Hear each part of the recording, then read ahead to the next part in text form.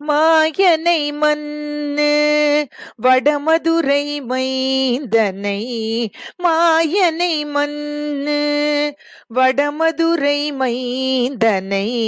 தூய பெருநீர் யமுனை துறைவனை, தூய பெருநீர் யமுனை துறைவனை,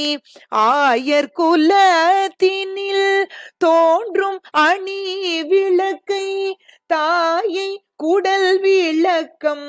செய்த தாமோதரனை,